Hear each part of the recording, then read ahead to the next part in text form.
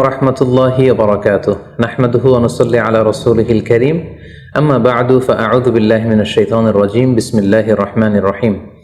নবী এবং রাসূলগণ হচ্ছে এই পৃথিবীর শ্রেষ্ঠতম মানুষ।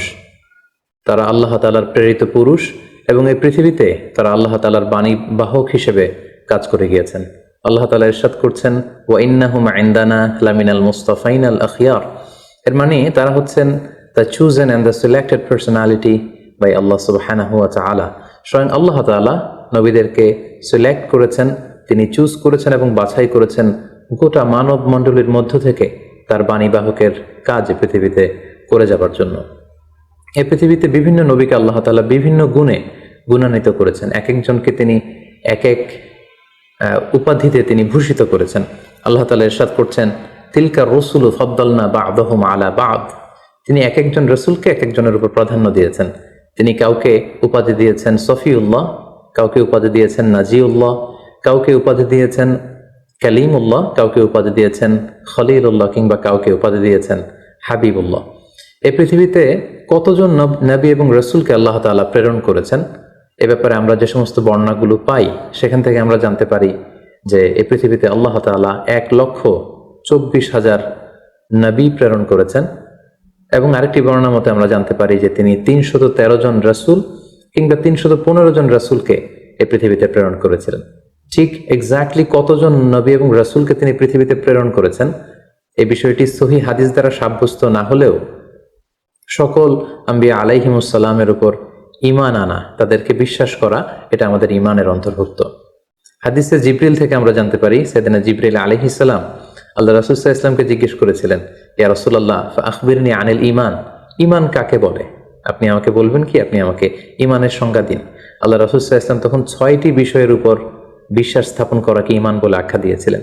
তিনি তখন বলেছিলেন, আন তুমিনা বিল্লাহি ওয়া মালাইকাতিহি ওয়া কুতুবিহি ওয়া রুসুলিহি ওয়াল ইয়াউমিল আখিরি ওয়া তুমিনা বিল কদারি খাইরিহি ওয়া শাররিহি। অর্থাৎ আল্লাহ তাআলার উপর বিশ্বাস করা, ফেরেশতাদের উপর বিশ্বাস করা, আল্লাহর পাঠানো কিতাবগুলোর উপর বিশ্বাস করা এবং তার প্রেরিত রাসূলদের উপর বিশ্বাস করা, আখিরাত এবং ভাগ্যলিপির উপর বিশ্বাস করাকে ঈমান বলে। তাহলে আমরা বুঝতে পারলাম এই 6টি জিনিসের উপর বিশ্বাস করার নাম হচ্ছে ঈমান। তন্মধ্যে অন্যতম হচ্ছে আল্লাহর পাঠানো তার প্রেরিত রাসূলদের উপর ঈমান আনা। সূরাতুল বাকারাতে আল্লাহ তাআলা ইরশাদ করেছেন, আমানার রাসূলু বিমা উনজিলা ইলাইহি মির রাব্বিহি ওয়াল মুমিনুন কুল্লুন আমানা বিল্লাহি ওয়া মালাইকাতিহি ওয়া কুতুবিহি ওয়া রুসুলিহি। সূরাতুল বাকারাতে আল্লাহ তাআলা ইরশাদ করছেন যে বিশ্বাসীরা তারা আল্লাহর উপর বিশ্বাস করে, ফেরেশতাদের উপর বিশ্বাস করে এবং রাসূলদের উপরও তারা ঈমান আনে বা বিশ্বাস স্থাপন করে। এই পৃথিবীতে এমন কোনো জাতিগোষ্ঠী নেই কিংবা এমন কোনো জনগোষ্ঠী নেই যে জাতিগোষ্ঠীর কাছে বা জনগোষ্ঠীর কাছে আল্লাহ তাআলা রাসূল প্রেরণ করেননি। আল্লাহ তাআলা ইরশাদ করেছেন, ওয়া ইম মিন উম্মাতিন ইল্লা খালা ফিহা নাযীর। এই পৃথিবীতে এমন কোনো জাতিগোষ্ঠী নেই যাদের কাছে আল্লাহ তাআলা কোনো ওয়ার্নার, কোনো সতর্ককারী প্রেরণ করেননি, বরং প্রতিটি জাতিগোষ্ঠীর কাছে, জনগোষ্ঠীর কাছে তিনি সতর্ককারী হিসেবে রাসূলদেরকে প্রেরণ করেছেন। অন্যত্র আল্লাহ তাআলা ইরশাদ করেছেন, ওয়ালাকাদ বাআসনা ফি কুল্লি উম্মাতিন রাসূলা।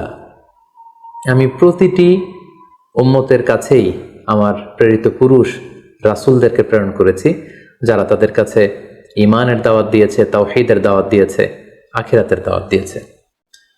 এবং কোরআন থেকে আমরা এটাও জানতে পারি যে রাসূল না পাঠিয়ে কোনো জাতিগোষ্ঠীকে আল্লাহ তাআলা তাদের পাপের কারণে ধ্বংস করে দেননি।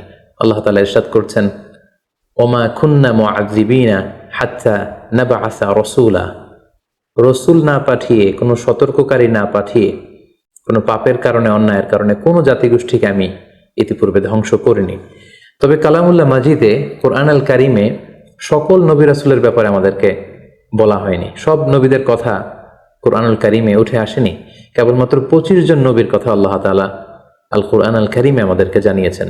আল্লাহ তাআলা ইরশাদ করছেন, ওয়া রুসুলান কদ কসাসনাহুম আলাইকা মিন ক্বাবলু ওয়া রুসুলান লাম নাকসুসহুম আলাইক। হে নবী, আমি নবীদের মধ্য থেকে, রাসূলদের মধ্য থেকে কিছু কিছু নবী রাসূলের কথা আমি তোমাকে জানিয়েছি এবং অনেক অনেক নবী রাসূল আছে যাদের কথা, যাদের স্টোরিগুলো, যাদের ঘটনাগুলো আমি তোমাকে জানাইনি। এই কোরআনের মধ্যে তাদের ব্যাপারে কিছুই আমি উল্লেখ করিনি।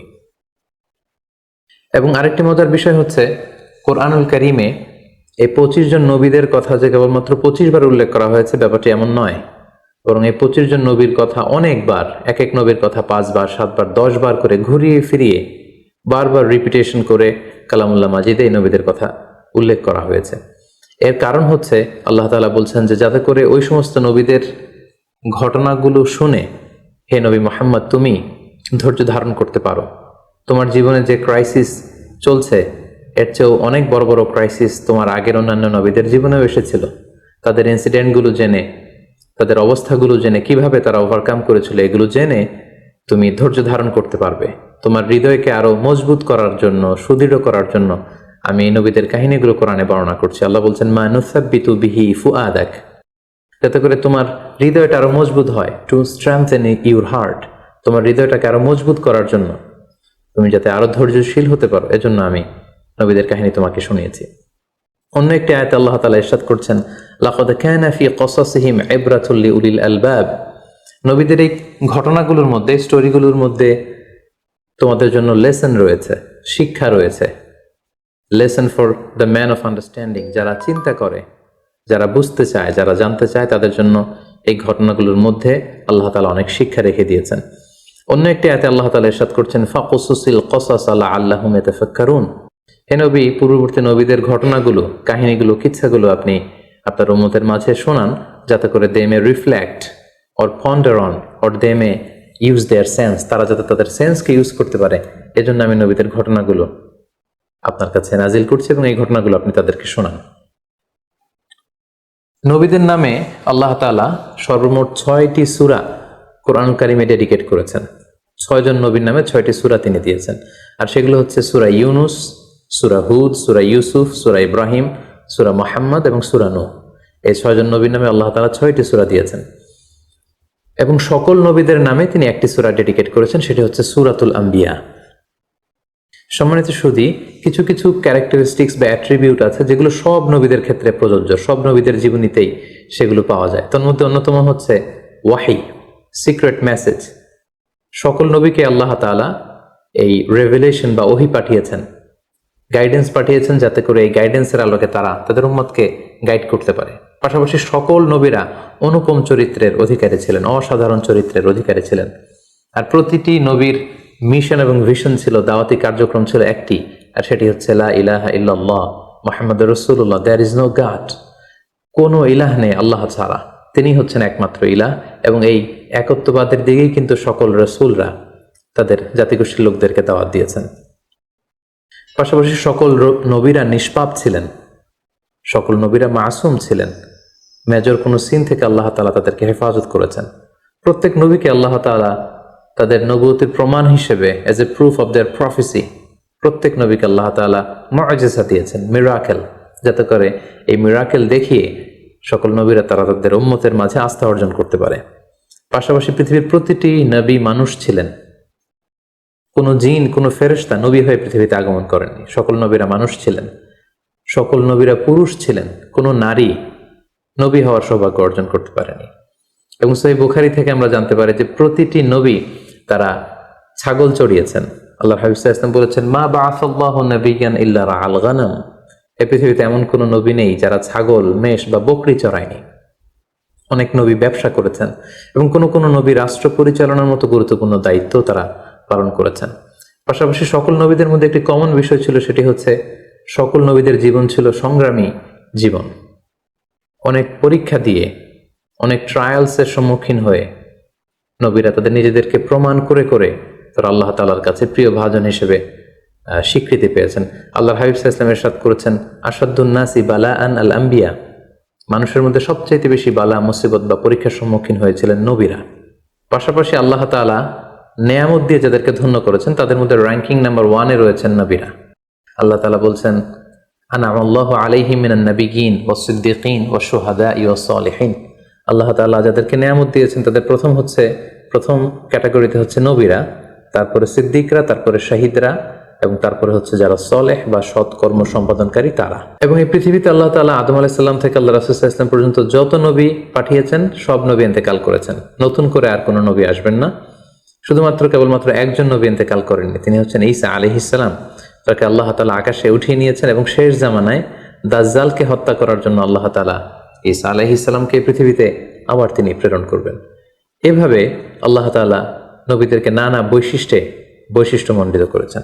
প্রিয় সুধী, ফলে আমরা জানতে পারলাম নবীরাই হলেন এই মহাবিশ্বে মহাকালের মহামানব, এবং তারা আমাদের জন্য অনুকরণীয়, অনুসরণীয় এবং মডেল বা আদর্শ। প্রফিট সিরিজে বেসিকলি আমরা জানার চেষ্টা করব পবিত্র কোরআনে বর্ণিত 25 জন নবী এবং রাসূলদের সংগ্রামী জীবন কাহিনী। সাইয়েদনা আদম আলাইহিস সালাম থেকে শুরু করে ধারাবাহিকভাবে আল্লাহ রাসূল সাল্লাল্লাহু আলাইহি ওয়াসাল্লাম পর্যন্ত কোরআনে বর্ণিত সকল নবীদের তথ্যবহুল, ঘটনাবহুল এবং বর্ণাঢ্য জীবনী থেকে আমাদের বাস্তবিক লাইফে, আমাদের জীবনে কি কি লেসন রয়েছে, শিক্ষা রয়েছে, সেগুলো আমরা